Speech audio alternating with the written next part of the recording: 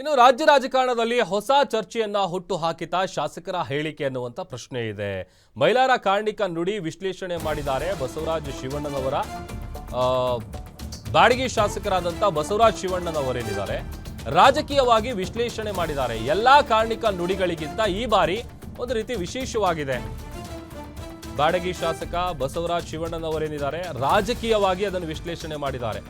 ಎಲ್ಲಾ ಕಾರ್ಣಿಕ ನುಡಿಗಳಿಗಿಂತ ಈ ಬಾರಿ ವಿಶೇಷವಾಗಿದೆ.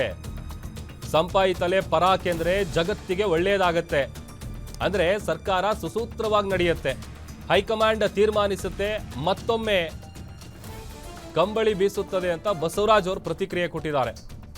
ಸಿಎಂ ಸಿದ್ದರಾಮಯ್ಯ ಮುಂದುವರಿತಾರೆ ಅಂತ ಪರೋಕ್ಷವಾಗಿ ಅವರು ಕೊಟ್ಟಿರುವಂತ ಹೇಳಿಕೆ, ಅದರ ಹಿಂದೆ ಇರುವಂತ ಉದ್ದೇಶ, ಆ ಆಂಗಲ್ ನಲ್ಲಿ ಅವರು ಮಾತನಾಡಿದ್ದಾರೆ. ಈ ಮೂಲಕ ಡಿ.ಕೆ. ಶಿವಕುಮಾರ್ ಅವರ ಬಣಕ್ಕೆ ಏನಾದರೂ ಟಾಂಗ್ ಕೊಟ್ರ ಅನ್ನುವಂತ ರೀತಿಯಲ್ಲಿ ಒಂದು ಹೊಸ ಚರ್ಚೆ ಅಂತೂ ಸೋಷಿಯಲ್ ಮೀಡಿಯಾದಲ್ಲಿ ನಡೀತಾ ಇದೆ. ಏನಾಯ್ತು ನಮ್ಮ ಹೈಕಮಾಂಡ್ ಮಾಡ್ಬೇಕು, ಯಾವ್ದೇ ರೀತಿ ಬದಲಾವಣೆ ಆಗಲ್ಲ. ಆಕೈತಿ ಆಗೋದೆಲ್ಲ ಗೊತ್ತಲ್ಲ. ಹೈಕಮಾಂಡ್ ಏನ್ ನಿರ್ಣಯ ತಗತೈತಿ ಅದ ಆಕೈತಿ. ಯಾವ ರೀತಿ ಒಟ್ಟ ರೈತರಿಗೆ ಚಲೋ ಆಕೈತಿ, ಸಾರ್ವಜನಿಕರಿಗೆ ಒಳ್ಳೇದಾಕೈತಿ, ಮತ್ತೊಮ್ಮೆ ಬೀಸ್ತೈತಿ ಅಂತ ಐತಿ. ಅದು ಏನಾಯ್ತು ನಮ್ಮ ಹೈಕಮಾಂಡ್ ಮಾಡ್ಬೇಕು, ಯಾವ್ದೇ ರೀತಿ ಬದಲಾವಣೆ ಆಗಲ್ಲ. ಆಕೈತಿ ಆಗೋದೆಲ್ಲ ಗೊತ್ತಲ್ಲ. ಹೈಕಮಾಂಡ್ ಏನ್ ನಿರ್ಣಯ ತಗತೈತಿ ಅದ ಆಕೈತಿ.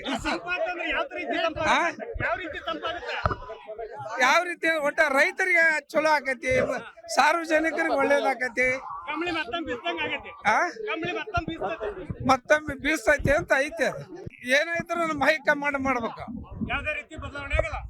ಆಕೈತಿ ಆಗೋದೆಲ್ಲ ಗೊತ್ತಲ್ಲ. ಹೈಕಮಾಂಡ್ ಏನ್ ನಿರ್ಣಯ ತಗತೈತಿ ಅದ ಆಕೈತಿ. ಯಾವ ರೀತಿ ತಂಪಾಗುತ್ತೆ.